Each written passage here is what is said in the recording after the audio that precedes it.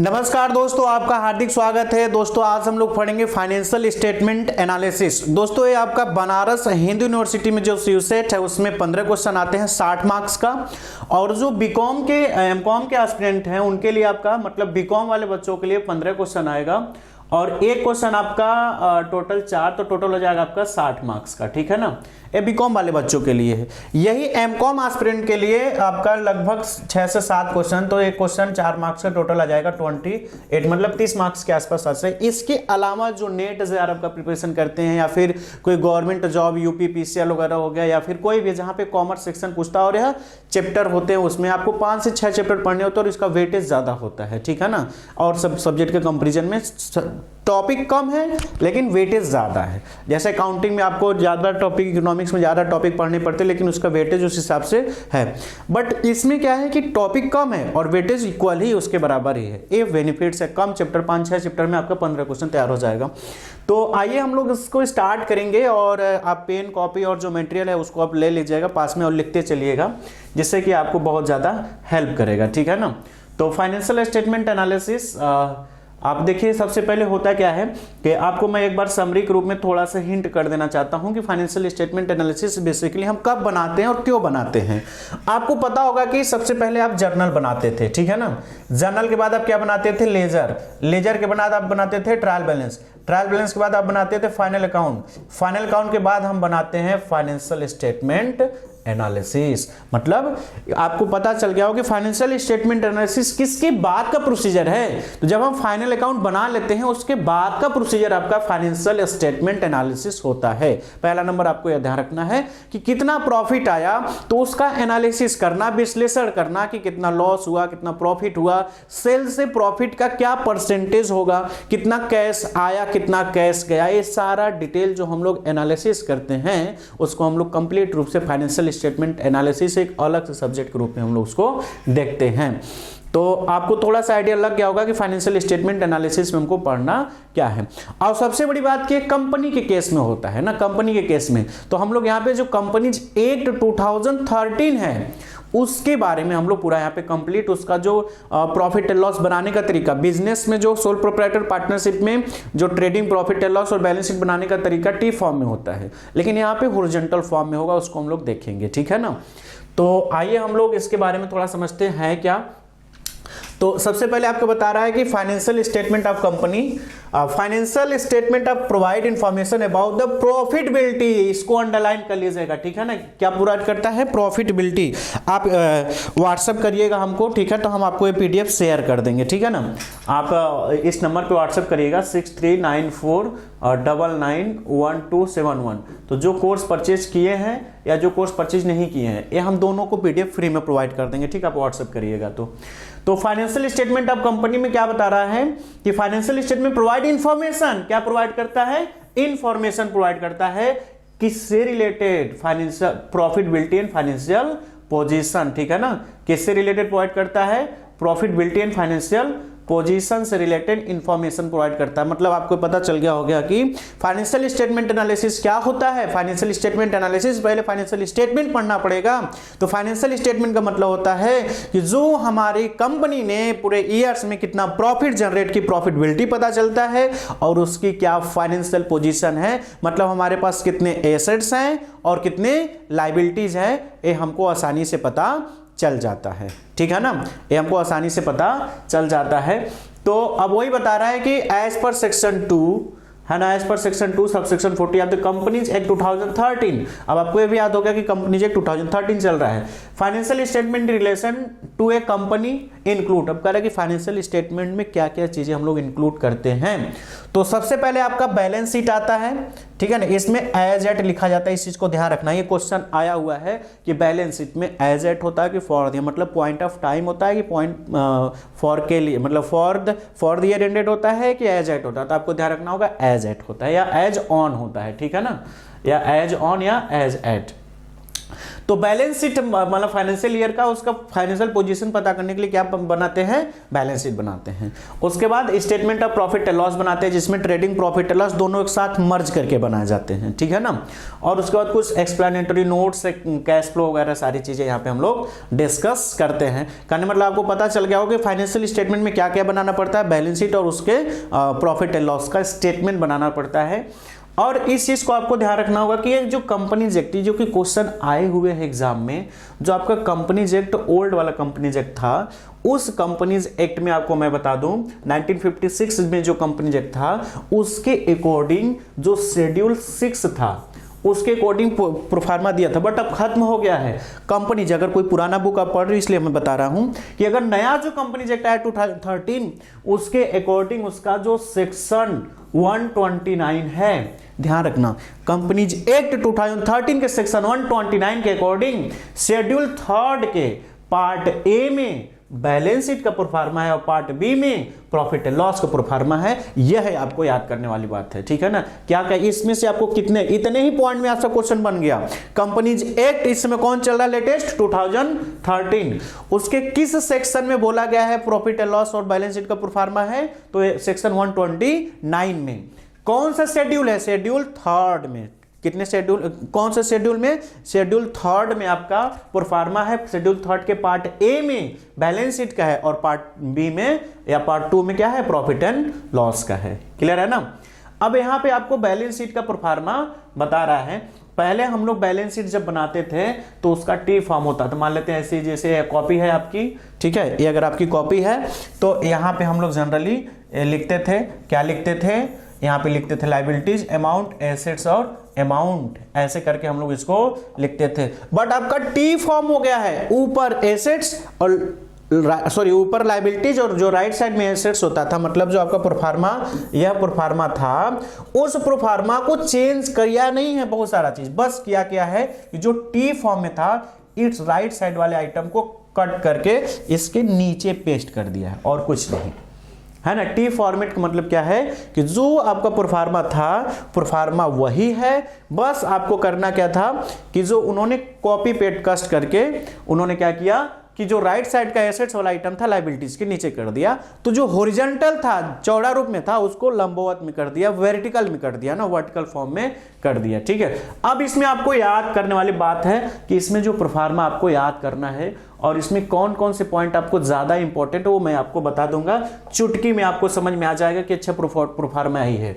ध्यान रखना, लायबिलिटीज में 5 आइटम को, कौन कौन, लायबिलिटीज में कौन कौन, इक्विटी एंड लायबिलिटीज में आपका सबसे पहले share holder fund, second application money pending allotment, third non current liabilities और फोर्थ करेंट लायबिलिटी। बस प्रोफार्मा खत्म।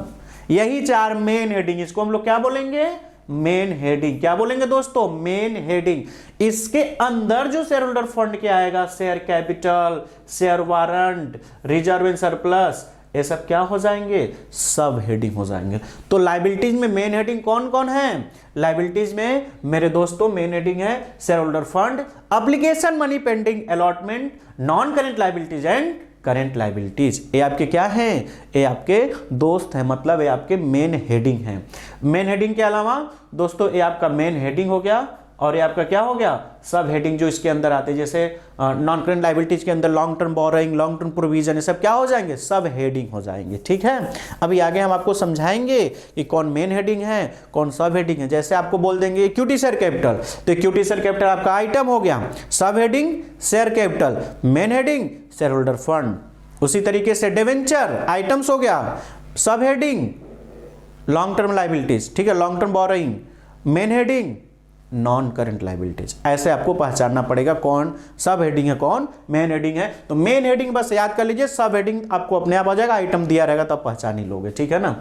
तो आपको आई थिंक थोड़ा सा आइडिया लग गया होगा कि इसमें कौन कौन से आइटम्स को हमको ध्यान रखना है। तो इक्विटी एंड लायबिलिटी जो आपका है उसके अंदर सबसे पहला आपका क्या है, शेयर होल्डर फंड। तो शेयर होल्डर फंड दोस्त क्या है, शेयर होल्डर फंड आपका क्या है, आपका दोस्त मतलब एक मेन हेडिंग है। क्या है, मेन हेडिंग। इसके अंदर जितने सारे आइटम्स आएंगे, इसके अंदर जो आइटम आएगा, जैसे share capital, reserve and surplus, ये दोनों क्या हो जाएंगे, ये दोनों मेरे दोस्त ये हो जाएंगे सब हेडिंग। क्या हो जाएंगे? सब हेडिंग हो जाएंगे, ठीक है ना। ये दोनों, और जो शेयर, सॉरी ये तीनों आपका share warrant, share capital, reserve in surplus, money receive against share warrant, ये तीनों क्या हो जाएंगे? सब हेडिंग हो जाएंगे, ठीक है। और मेन हेडिंग आपका शेयर होल्डर फंड हो जाएगा। उसके बाद आपका आ जाएगा नेक्स्ट, आपका जो जिसको हम सर्कल करेंगे वो क्या हो जाएंगे? मेन हेडिंग हो जाएंगे। जो सर्कल करेंगे वो क्या हो जाएंगे? Main heading. तो फर्स्ट आपका share holder fund, second share application money pending allotment. अब अच्छे 3 वर्ड आपको देखने को मिला, एक शेयर कैपिटल, एक शेयर वारंट और एक share application money pending allotment, ठीक है ना। एप्लीकेशन मनी पेंडिंग अलॉटमेंट, यह जो 3 वर्ड है, यह जो 3 वर्ड है, इसका मतलब क्या है? इसका मतलब हम लोग इसमें समझेंगे। इन तीनों वर्ड का क्या एग्जैक्ट में मीनिंग है, इसके बारे में हम लोग समझेंगे कि इसका एग्जैक्ट में क्या रूप स्वरूप है।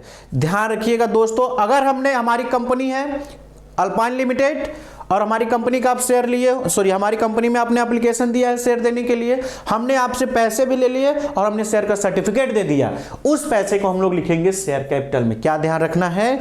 आपने पैसा दिया, हमने आपको शेयर दिया, उसको लिखेंगे शेयर कैपिटल में। आपने पैसे दे दिए बट आप पैसे दिए, उस पैसे के बदले हमने आपको शेयर नहीं दिया। जैसे आप पैसे दिए तो उसके बदले हम आपको सर्टिफिकेट देंगे शेयर का, बट वो दिए नहीं, बट उसके बदले एक हम अलग से सर्टिफिकेट देते हैं जिसको वारंट बोलते हैं, शेयर वारंट, कि इन केस, मतलब वो श्योर हो जाता है। इसमें तो सर्टिफिकेट मिल गया, इसमें पक्का है, एकदम श्योर है कि आपको शेयर का सर्टिफिकेट देना ही देना। आज नहीं देना, बट आपको फ्यूचर में श्योर है कि मिलेगा, लेकिन अभी नहीं मिलेगा। और शेयर एप्लीकेशन पेंडिंग अलॉटमेंट का मतलब क्या होता है दोस्तों? कि अभी पैसा नहीं दिए हैं, मतलब उन्होंने पैसा, शेयर होल्डर ने पैसा दे दिया, शेयर होल्डर सॉरी, जो एप्लीकेशन का पैसा मिल गया है, लेकिन उनका पेंडिंग में डाले हैं। हमको मूड करेगा तो उनको शेयर देंगे, नहीं तो उनका पैसा रिटर्न कर देंगे। आई थिंक तीनों आपको क्रिस्टल क्लियर समझ में आ गया होगा कि शेयर कैपिटल में किस टाइप के पैसे को लिखते हैं। जो पब्लिक से पैसा ले लेते हैं, उनके बदले शेयर दे देते हैं, तो उनके पैसे को शेयर कैपिटल में। जो पब्लिक से पैसे ले लिए हैं, शेयर का सर्टिफिकेट नहीं दिए हैं, उसकी जगह पर एक अलग से सर्टिफिकेट दिए हैं, जिससे फ्यूचर में श्योर है कि आपको पैसा दिया, सॉरी सर्टिफिकेट दिया ही जाएगा, उसको हम लोग शेयर वारंट बोलेंगे। आपसे पैसे ले लिए हैं और हमारे ऊपर मूड करेगा, अगर हमारा मूड अच्छा होगा तो हम आपको शेयर देंगे, नहीं तो आपको पैसा ही रिटर्न कर देंगे, तो उस पैसे को हम लिखते हैं share application money pending allotment. आपको समझ में आ गया होगा। तो share holder fund main heading, उसके अंदर सब हेडिंग कौन है? Share capital, reserve surplus and share warrant. Second main heading क्या है? Share application money pending allotment. Third आपका मेन हेडिंग क्या है? Non current liabilities. फोर्थ क्या है? Current liabilities. बस बैलेंस शीट का प्रोफार्मा याद हो गया आपको। बैलेंस शीट का प्रोफार्मा आपको याद हो गया, कुछ करने की जरूरत नहीं है। अब इसमें लॉन्ग टर्म में क्या आ जाएंगे? Long term borrowing, deferred tax liabilities, other long term liabilities. Deferred tax liabilities होते क्या है? डेफर्ड टैक्स लायबिलिटीज कहने मतलब आप इनकम टैक्स डिपार्टमेंट हो और हमारी कंपनी का प्रॉफिट है। हमने अपनी कंपनी का प्रॉफिट 1 करोड़ सपोज करके, मैंने आपको उसमें से 10 लाख का क्या दे दिया? टैक्स दिया। सपोज करते 10 लाख हमने टैक्स दिया, फिर आप इंक्वायरी करते हो तो पता चलता है हमारी कंपनी का प्रॉफिट 10 लाख 1 करोड़ से ज्यादा है और टैक्स 10 लाख की जगह 11 लाख आपको देना है। मतलब हमको टैक्स कितना पैसा देना है? 11 लाख रुपए, और हम दे चुके हैं कितना? 10 लाख। तो हमारा बर्डन कितना भी है? 1 लाख का। उसी को बोलते हैं डेफर्ड टैक्स लायबिलिटीज। मतलब आपने जो कैलकुलेट करके दे दिया है प्रॉफिट, बट एक्चुअल में उसका अकाउंटिंग प्रॉफिट ज्यादा आ रहा है इनकम टैक्स डिपार्टमेंट के हिसाब से, तो आपको अभी टैक्स और देना पड़ेगा, तो होता है डेफर्ड टैक्स लायबिलिटीज। उसी तरीके से डेफर्ड टैक्स एसेट्स अभी आएगा, बस ऐसे समझ लीजिए, अभी आएगा आगे। डेफर्ड टैक्स एसेट्स का मतलब क्या होता है? आपने प्रॉफिट कैलकुलेट करके टैक्स दे दिया 10 लाख, बट कंपनी का प्रॉफिट एग्जैक्ट में उससे कम आ रहा है इनकम टैक्स के हिसाब से, और आपका टैक्स आ रहा है 9 लाख ही, तो उल्टा 1 लाख आपको टैक्स डिपार्टमेंट वापस करेगा। ठीक है, बिकॉज आपने 10 लाख पेड कर रखा है ऑलरेडी। तो जो 1 लाख वापस मिलेगा उसको बोलेंगे डेफर्ड टैक्स एसेट्स, और जो आपको पेड करने होंगे अभी फ्यूचर में उसको बोलेंगे deferred tax liabilities. Non current liabilities में आपका हो गया। अब आगे करेंट लायबिलिटीज में कौन कौन है? करेंट लायबिलिटीज में कौन कौन नाम आएंगे उसको ध्यान से देखिएगा। प्रोफार्मा देखिए, एकदम रटने की जरूरत नहीं है, आपको कॉन्सेप्ट समझने की जरूरत है। करेंट लायबिलिटीज ये आपका क्या है? मेन हेडिंग है। क्या है? मेन हेडिंग है। जो आपका मेन हेडिंग है दोस्तों, तो इसमें कौन कौन, जैसे लॉन्ग टर्म लायबिलिटीज तो short term borrowing, trade payables में कौन कौन आते हैं, बिल्स पेबल एंड क्रेडिटर, ठीक है, other current liabilities and short term provision. अभी इसके अंदर हम लोग पढ़ेंगे कि अदर करंट लायबिलिटीज में कौन आते हैं, शॉर्ट टर्म में कौन आते हैं, नहीं तो 12th का बुक में आप एफएससी में एक बार देख लो, अदरवाइज मैं आपको नीचे तो समझा ही रहा हूं। तो मेन हेडिंग आई थिंक आपको याद हो गया लायबिलिटीज का। पहला है आपका शेयर होल्डर फंड, उसमें कौन कौन आएंगे, share capital, reserve and surplus, share warrant. Second, share application money pending allotment, main heading, उसके अंदर कोई सब हेडिंग नहीं है। Third, non current liabilities, non current liabilities में सब हेडिंग क्या, non current liabilities main heading है, सब heading long term borrowing, long term provision, other long term liabilities, ठीक है ना। फोर्थ, मेन हेडिंग क्या है, करेंट लायबिलिटीज, अब इसमें सब heading short term provision, trade payables, short term borrowing, other short term liabilities, खत्म हो गया लायबिलिटीज खत्म। अब दोस्तों बता दे आपको, आप हंसोगे ऐसे ना, आप हाथ पकड़ के हंसोगे कि ये एसेट्स है, एसेट्स लायबिलिटीज में तो हमने 4 सब हेडिंग पढ़ा ना, एसेट्स में सब हेडिंग जानते 2 ही है, कौन कौन, non current assets and current assets, proforma आपको याद हो गया, non current assets and current assets, बस ये क्या है, मेन हेडिंग है। उसके अंदर कौन कौन सा हेडिंग आते हैं, जैसे नॉन करेंट एसेट्स में फिक्स एसेट्स, फिक्स में 2 हो जाएंगे, जैसे टेंजिबल और इनटेंजिबल, या फिर और उसके बाद अलग कैटेगरी के में capital work in progress, intangible under development. कहने मतलब यह है कि ऐसे एसेट्स जिस पे अभी काम चल रहा है उसको बोलेंगे कैपिटल वर्क इन प्रोग्रेस, है ना, जैसे बिल्डिंग बन रही भी आधा बना हुआ है, ठीक है ना। फिर उसी तरीके से थोड़ा दरवाजा बंद कर देना अच्छे से, उसी तरीके से इनटेंजिबल एसेट्स, जैसे मान लो कि कोई सॉफ्टवेयर वगैरह भी डेवलप चल रही है, तो जो इनटेंजिबल एसेट्स होते हैं, है ना, तो वो जो अभी कंप्लीट नहीं हुआ है, अभी डेवलप हो रहा है, बट हम लोग उसको आधा एसेट्स मान लिए हैं, ठीक है, तो उसको यहाँ पे दिखाएंगे। कहने मतलब फिक्स में जो फिक्स है, जो लॉन्ग टर्म की है, जैसे tangible and intangible. Non current investment, हम इन्वेस्टमेंट करते हैं, हमको उसका बेनिफिट, जैसे ना पैसा लगा दिए 2-3 साल बाद उसका रिटर्न लेंगे पूरा कंप्लीट, तो नॉन करेंट इन्वेस्टमेंट हो गया। डेफर्ड टैक्स मैंने आपको बताया था कि टैक्स डिपार्टमेंट को ज्यादा टैक्स दे दिए, उल्टा जो हमको मिलेगा। फिर लॉन्ग टर्म लोन, एडवांस, ध्यान रखना, लोन अगर आप लेते हो तो आपके लिए लायबिलिटीज, और आप खुद लोन किसी को देते हो तो फ्यूचर में आपको पैसा मिलेगा तो आपके लिए होगा एसेट्स, ध्यान रखना इस चीज को। लोन एंड एडवांसेज है, मतलब आप किसी दूसरे को दिए हैं तो आपका वह एसेट्स होगा, आप किसी से लिए हैं फ्यूचर में भी देना बाकी है तो आपके लिए होगा liabilities. Other non current assets, ये हो गया आपका फिक्स एसेट्स में, ठीक है ना, मतलब नॉन करेंट एसेट्स में कौन कौन, फिक्स एसेट्स, टेंजिबल, इंटेंजिबल या वर्क इन प्रोग्रेस, इंटेंजिबल, उसके बाद है नॉन करेंट, ये सब क्या है, सब हेडिंग है, ये सब क्या है आपके सब हेडिंग है। सेकंड दोस्तों एकदम छोटा सा है, सेकंड का नाम क्या है, करेंट एसेट्स, सेकंड का नाम क्या है, करेंट एसेट्स।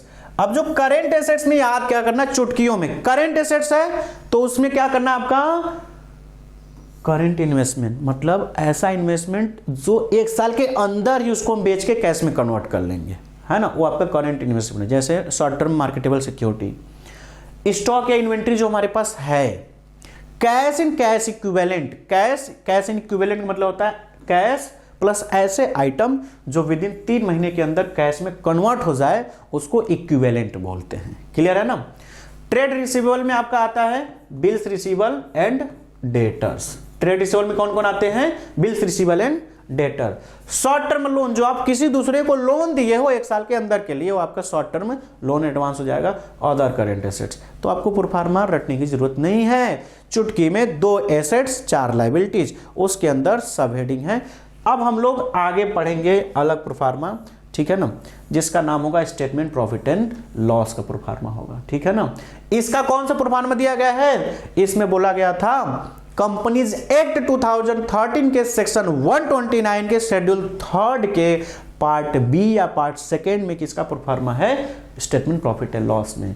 इसमें क्या बोलता है, इसमें आपका हो जाएगा रेवेन्यू फ्रॉम ऑपरेशन। कौन कौन रेवेन्यू फ्रॉम ऑपरेशन, जिसको हम लोग पहले सेल्स बोलते थे, जिसको हम लोग पहले सेल्स बोलते थे, अब उसका नया नाम हो गया है revenue from operation. Other income में, अदर इनकम में जानते हो क्या लिखना है आपको, जो इंटरेस्ट, जो कमीशन, ठीक है ना, जो डिस्काउंट आपको रिसीव होगा, समझे कि नहीं, जो इंटरेस्ट, जो कमीशन, जो डिस्काउंट आपको रिसीव होगा, वो आपका क्या हो जाएगा, अदर इनकम। इन दोनों को ऐड कर दोगे, इन दोनों क्या कर देंगे, ऐड कर। इसमें दिया है ना करंट ईयर और प्रीवियस ईयर, उसको मतलब जो करंट ईयर का होगा करंट ईयर में, प्रीवियस ईयर का प्रीवियस ईयर में, 2 साल के कंपेरिजन के पर्पज से जो बनाते हैं। अब यहाँ पे नोट नंबर लिख देते हैं, जैसे नोट नंबर 1 2, फिर वहाँ पे नीचे वर्किंग नोट करते हैं, रेवेन्यू फ्रॉम ऑपरेशन, जैसे बहुत सारे सेल्स हैं तो सबको एक जगह ऐड करके यहाँ पे बस दिखा देते हैं, फिर वर्किंग नोट में दिखा देते हैं कि एक ऐसे आया अमाउंट, ठीक है ना, तो नोट नीचे लिखते हैं। बस इस दोनों को ऐड कर दोगे, रेवेन्यू का आइटम खत्म। इसको हम ए मान लेंगे, इसको क्या मानेंगे, ए, या फिर फर्स्ट और सेकंड ऐड करोगे तो थर्ड, ऐसे कर सकते हो, ठीक है ना। फिर आपने इनकम को ऐड कर लिया, अब आपके आ जाएंगे एक्सपेंसेस। इनकम आपको दो ही है, रेवेन्यू फॉर ऑपरेशन, सेल्स और अदर इनकम में जो आपको रिसीव होगा ना, commission receive, interest receive, rent receive, other income में सब चला जाएगा, ठीक है ना। नेक्स्ट है आपका एक्सपेंसेस। एक्सपेंसेस में जो मटेरियल हम परचेज करेंगे, ठीक है ना, या जो कंज्यूम करेंगे, रॉ मटेरियल कंज्यूम, परचेज हो जाएगा, ऐड हो जाएगा, ठीक है ना। चेंज इन इन्वेंट्री में क्या होता है, चेंज इन इन्वेंट्री मतलब ओपनिंग माइनस क्लोजिंग, इसमें का फार्मूला होता है ओपनिंग माइनस क्लोजिंग इन्वेंट्री, उसको लिख लेंगे। इंप्लॉय बेनिफिट एक्सपेंस में कौन कौन आते हैं, सैलरी एंड वेजेस, इंप्लॉय को देने के लिए सैलरी या जो वेजेस देते हैं, कंपनसेशन देते हैं, वो आ जाएगा। फाइनेंस कॉस्ट में बस 2 चीज याद रखना आपको, क्या क्या, इंटरेस्ट और डिविडेंड जो पेड होगा, इंटरेस्ट और डिविडेंड रिसीव तो अदर इनकम में, और इंटरेस्ट डिविडेंड पेड तो फाइनेंस कॉस्ट में। ध्यान रखना, जो आप बिजनेस चलाने के लिए जो लोन लिए हो या शेयर इश्यू किए हो तो उसके बदले जो आप इंटरेस्ट या डिविडेंड पेड करोगे, तो इंटरेस्ट और जो डिविडेंड पेड करेंगे वो आ जाएंगे फाइनेंस कॉस्ट में, ठीक है ना। डेप्रिसिएशन, एमोर्टाइजेशन, अदर एक्सपेंसेस, इन सबको ऐड कर लोगे, इसको बोलेंगे बी। क्या बोलेंगे, बी। मतलब जो इनकम वाला जो पूरा पोर्शन होगा उसको हमने मान लिया ए, और जो एक्सपेंसेस वाला पोर्शन उसको मैंने मान लिया बी। एक्सपेंसेस में कौन कौन आते हैं दोस्त, आपका मटेरियल परचेज हो जाएगा, कंज्यूम, फिर चेंज इन स्टॉक हो जाएगा, इंप्लॉय बेनिफिट कॉस्ट 4 हो जाएगा, फाइनेंस कॉस्ट, डेप्रिसिएशन, अदर, जैसे डिस्काउंट पेड किया तो इन सब में नहीं जाएगा ना, तो अदर एक्सपेंसेज में।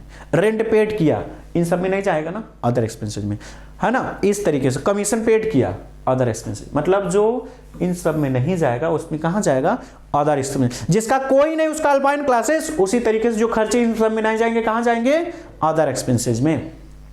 अब यही आपको बता रहा है, यही आपको मैं भी समझाने की कोशिश कर रहा हूं कि जितने सारे इनकम थे उसको हमने मान लिया ए, और जितने सारे एक्सपेंसेस थे उसको मैंने मान लिया बी। बट प्रोफार्मा में इन्होंने क्या लिया था, जो इनकम था उसको 3 माना और जो एक्सपेंसेस था उसको 4।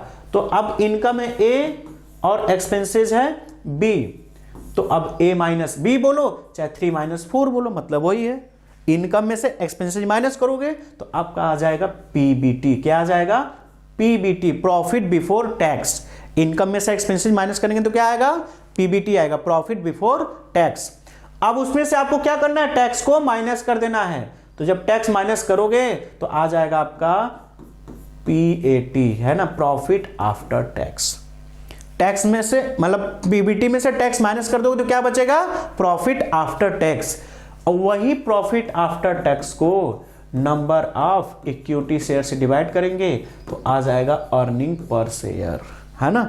उसी प्रॉफिट आफ्टर टैक्स को नंबर ऑफ इक्विटी, प्रेफरेंस नहीं बोल रहे, नंबर ऑफ इक्विटी शेयर से डिवाइड करेंगे तो आपका आ जाएगा profit earning per share, EPS आ जाएगा, ठीक है ना। यह प्रोफार्मा था, अब एक बार इसको देख लीजिएगा, मैं आपको पीडीएफ भी भेज दूंगा। अब हम लोग आगे पढ़ेंगे कि कौन सा मेन हेडिंग है, कौन सा सब हेडिंग है, इसके बारे में हम लोग भी थोड़ा सा समझेंगे, ठीक है ना। तो मेन हेडिंग, सब हेडिंग कौन कौन है, आइए इसको हम लोग समझना स्टार्ट करेंगे नेक्स्ट वीडियो में, ठीक है ना। नेक्स्ट वीडियो में ये आप देख लीजिए एक बार पीडीएफ, आप इसका स्क्रीनशॉट ले लीजिए, ठीक है ना, जिससे कि मैं आपको नेक्स्ट वीडियो में ये बताऊंगा कि कौन आइटम्स, देखिए यहाँ पे आइटम्स है जैसे डिवेंचर्स, मेजर हेडिंग किस में चला जाएगा, नॉन करेंट लायबिलिटी, सब हेडिंग में लॉन्ग टर्म बोरिंग, याद होता रहेगा आपको। ऐसे मैं कम से कम 50 आइटम यहाँ पे लिखा हूँ, नेक्स्ट वीडियो में इसको समझाऊंगा। वीडियो अगर यह यूट्यूब पे अपलोड होती है तो इसको ज़्यादा से ज़्यादा आप शेयर करें और अपने फ्रेंड सर्कल में उनको भी बताएं कि फाइनेंशियल स्टेटमेंट कितना सिंपल टॉपिक है। प्रोफार्मा आप अगले वीडियोस देखने से पहले मैं आपको प्रोफार्मा जो बताया हूँ उसको आपको याद करके आना है। जब आप प्रोफार्मा याद करके आओगे तो आपको मैं गारंटी देता हूँ कि पूरा फाइनेंशियल स्टेटमेंट एनालिसिस एकदम चुटकी में सॉल्व कर लोगे, बिकॉज प्रोफार्मा पे ही पूरा बेस्ड है, ठीक है। तो वीडियो को ज्यादा से ज्यादा लाइक करें, शेयर करें। हमारे यहाँ ऑफलाइन कोर्सेस आपका लंका पे माधव मार्केट पे चलती है, ठीक है ना। ऑफलाइन कोर्सेज हमारे यहाँ अगर आप ज्वाइन करना चाहते हैं बीकॉम एमकॉम एमबीए, ठीक है, बीए वगैरह का, तो मेन अभी बीकॉम एमकॉम की ज़्यादा स्पेशलिस्ट क्लासेस चल रही है, तो आप लंका पे आ जाएंगे, ठीक है, माधव मार्केट में, ठीक है, या फिर आप आ जाएंगे करौदी चौराहे पर, ठीक है, वहाँ पे भी ऑफलाइन कोचिंग है, या हमारे paid courses alpine classes app को डाउनलोड करके आप वहाँ पे बहुत सारे, नहीं पेड तो आप फ्री की चीज़ तो कम से कम डाउनलोड कर सकते हो वहाँ पे जाके, और 6394991271 ये जो बच्चे कोर्स पेड कोर्सेस हैं उनके पास तो नंबर होगा, जो नहीं है वो भी व्हाट्सअप करेंगे, जिससे कम से कम आप पेड कोर्स नहीं ज्वाइन कर सकते तो जो फ्री की चीज़ें हैं वो आपको मिल जाएगा, ठीक है ना। तो वीडियो को ज़्यादा से ज़्यादा शेयर करें जो ऑफलाइन कोचिंग करना चाहते हैं, बिकॉज हमारे पढ़ाए हुए बच्चे बीकॉम में फर्स्ट रैंक, एमकॉम में भी फीमेल फर्स्ट के अलावा हज़ारों बच्चों सभी फैकल्टीज़ में पढ़ रहे हैं, main campus, affiliated, BCom first year, second year, third year, सब में आप जाके आप पता कर सकते हैं। तो आप ऑफलाइन में भी हमसे ज्वाइन कर सकते हैं, ऑनलाइन में भी ज्वाइन कर सकते हैं, दोनों फैसिलिटी है, जिसमें आपको कंप्लीट बुक जाएगा, चाहे ऑफलाइन हो चाहे ऑनलाइन हो, ठीक है, और पूरा व्हाट्सएप ग्रुप में आपको ऐड किया जाएगा, पूरा वीडियो आपको लॉगिन कर दिया जाएगा, ठीक है ना। तो वीडियो को ज़्यादा से ज़्यादा शेयर करें। Thank you very much.